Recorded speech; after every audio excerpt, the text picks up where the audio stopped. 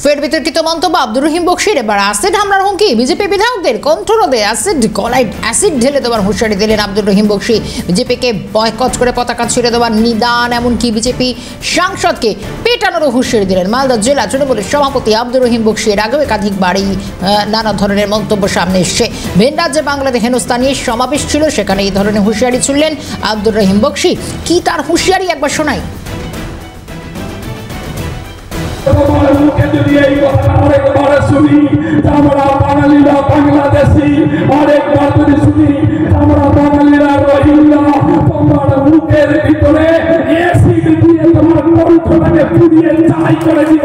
তুমি এটা জেনে রাখো, এটা পশ্চিমবঙ্গ, এটা আমরা বাঙালিরা তোমার মুখে কথা বলার জায়গা রাখো না, এসিড দিয়ে তোমার মুখটাকে পুড়িয়ে দিও, তুমি এটা জেনে রাখো। আমি তো অনুরোধ করবো আপনাদের কাছে বন্ধু, যারা এখানে বিজেপি করছে তাদেরকে ভোট থেকে বয়কট করুন, তাদের বাড়ি ঘেরাও করুন, বিজেপির পতাকা ছিঁড়ে ফেলুন, তাদের কণ্ঠরোধ করে দিন, বিজেপির সমর্থন করা যাবে না।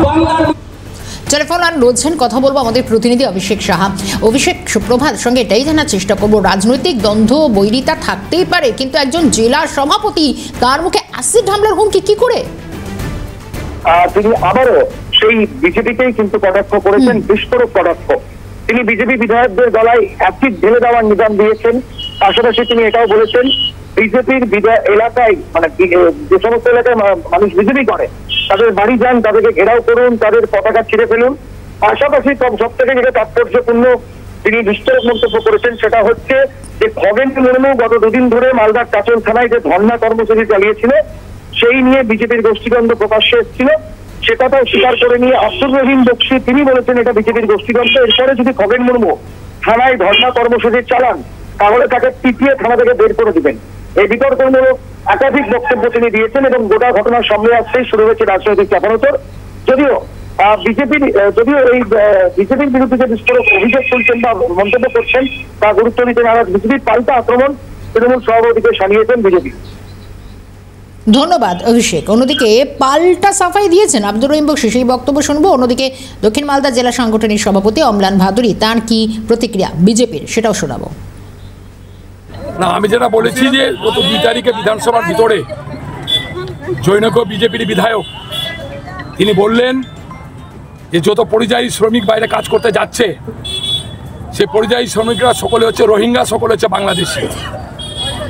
আমরা কি রোহিঙ্গা? আমরা কি বাংলাদেশি? আমাদের পরিবারের ছেলেরা কি বাংলাদেশি রোহিঙ্গা? এই ধরনের বক্তব্য যারা একজন বিধায়ক হিসাবে করতে পারেন, সেই বিধায়ক সাধারণ মানুষের বিধায়ক নন। তাই তার কণ্ঠটা অবরুদ্ধ করতে হবে। তাই তার মুখের উপরে অ্যাসিডটা ঢেলে দিলে তার কণ্ঠটা পুড়ে যাবে, আর তিনি কোনোদিনই পরিযায়ী শ্রমিক বাঙালিদের বিরুদ্ধে এই ধরনের বক্তব্য রাখতে পারবে না। তাই আমি বলেছি। কার মুখে ঢালবেন? যিনি বলেছিলেন 2 তারিখে শিলিগুড়ির বিধায়ক বিজেপি। রহিম বকশির মতো এমন নির্লজ্জ অশিক্ষিত লোক মালদা জেলার রাজনীতিতে আসেনি।